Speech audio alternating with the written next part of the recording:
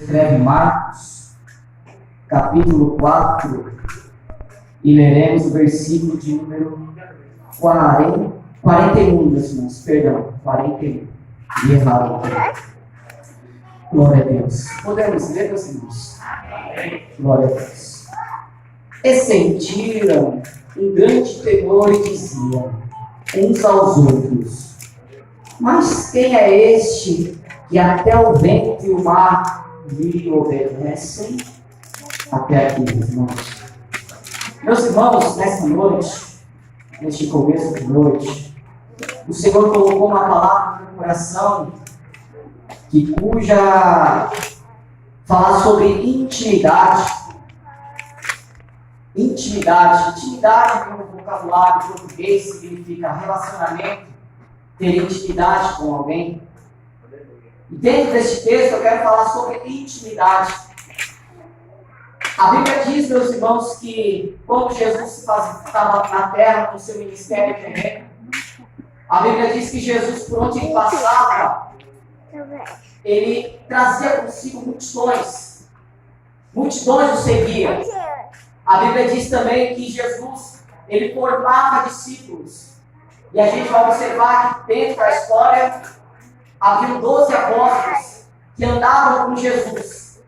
Esses 12 apóstolos, eles viam o que Jesus fazia. Tanto é que a multidão não estava presente em todo momento com Jesus. E a gente vai observar que os apóstolos, os discípulos, eles estavam tendo mais intimidade com o Senhor. Eles estavam em todo momento com Jesus. Se Jesus estava orando, eles estavam ao redor de Jesus, observando Jesus orar. Se Jesus estava multiplicando pão, você vai observar que os discípulos, os apóstolos, estavam vendo Jesus multiplicar pão. Ou seja, eles estavam vendo que Jesus era poderoso e que realmente ele era filho de Deus. E a gente vai observar que vai se criando um relacionamento. Você vai ver que os discípulos, eles vão se achegando cada vez mais com o Senhor. Eles vão ter mais intimidade, mais confiança com Jesus. Tanto é que a Bíblia diz que João, ele era o apóstolo mais chegado de Jesus. Tanto é que o próprio João vai dizer, no momento de ceia, que Jesus estava sentado na mesa e o apóstolo João ele vai reclinar a sua cabeça no meio e vai falar com Jesus. Ou seja, intimidade com Jesus. E a gente vai observar aqui, meus irmãos, que Jesus estava pregando para a multidão. E Jesus agora ele vai olhar para os seus discípulos e vai falar assim: vamos passar para a outra margem. Observe que Jesus faz um convite para os discípulos. Observe que quando Jesus também ele entra no barco e juntamente com os apóstolos vai entrando, a Bíblia diz que já era na caída da tarde. Já estava à tarde já. E os discípulos vai começar a remar o barco porque estava a rumo em outro lugar. Eles iam para outro lugar. E a Bíblia diz, meus irmãos, que no meio da travessia, Jesus começa agora a dormir.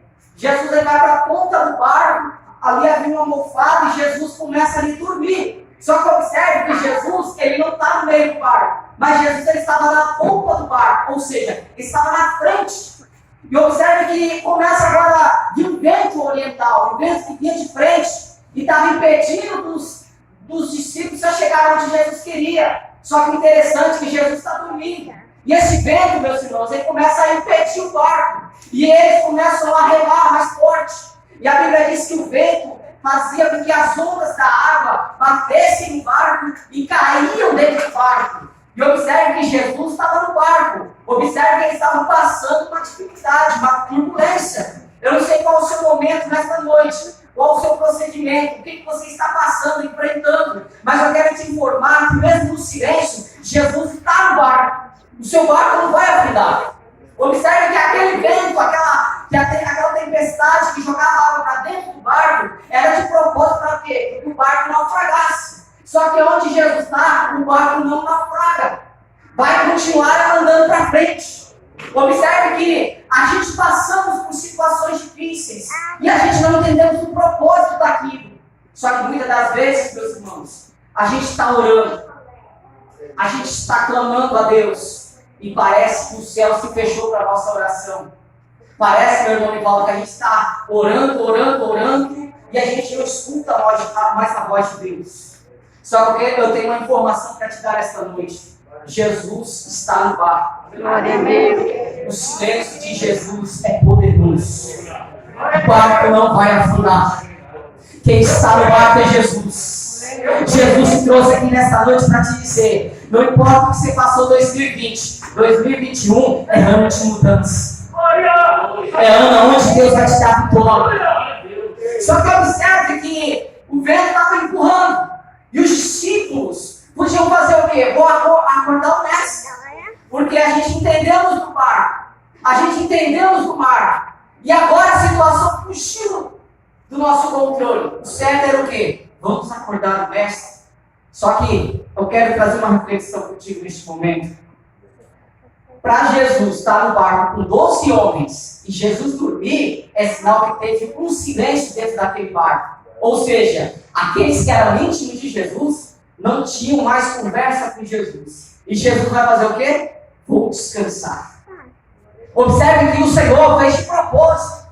Deus colocou uma situação para que os discípulos voltassem a ter intimidade mais com Ele.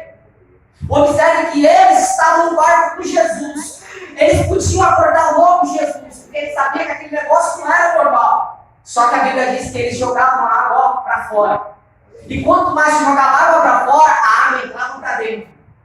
Ei, tem situações na nossa vida que a gente não pode esperar por muito tempo, não. Tem que correr nos pés de Jesus. Ei, tem situações, vou repetir, que a gente temos que correr nos pés de Jesus o mais rápido possível.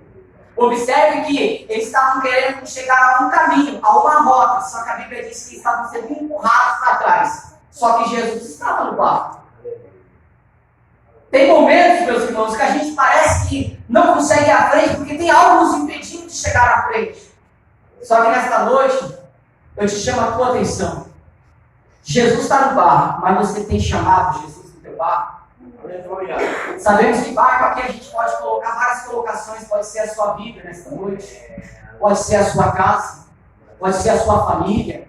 E talvez você não está entendendo por que está acontecendo isso. Por que está acontecendo isso na sua casa? Por que está acontecendo isso no seu trabalho, na sua família? Só que nesta noite eu quero te dizer, é momento de você chegar aos pés de Jesus. Aleluia! Ei, o nosso socorro não vem da terra. O nosso socorro vem dos céus. O nosso socorro vem dos céus. Aleluia, Jesus. Observe que Jesus coloca eles no barco. Não foi eles que chamaram Jesus no barco, mas foi Jesus que falou: vamos entrar no barco e vamos passar a outra margem, vamos para o outro lado. Jesus colocou eles numa situação para ver a reação deles. Você não está entendendo ainda?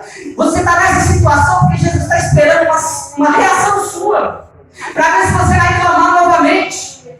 Porque observe que os discípulos podiam fazer assim: vamos acordar logo o mestre, porque a gente já vimos o que ele pode fazer. Só que eles estavam lutando com a força do seu braço. Só que interessante, meus irmãos, que quando eles veem que não tem mais jeito, a Bíblia diz que agora eles vão clamar ao Senhor. É momento de clamarmos ao Senhor. Observe que a palavra clamor no original é grito. Então, quer dizer o quê? Tem momentos de oração, certo. Só que tem momentos que a gente tem que entrar no clamor.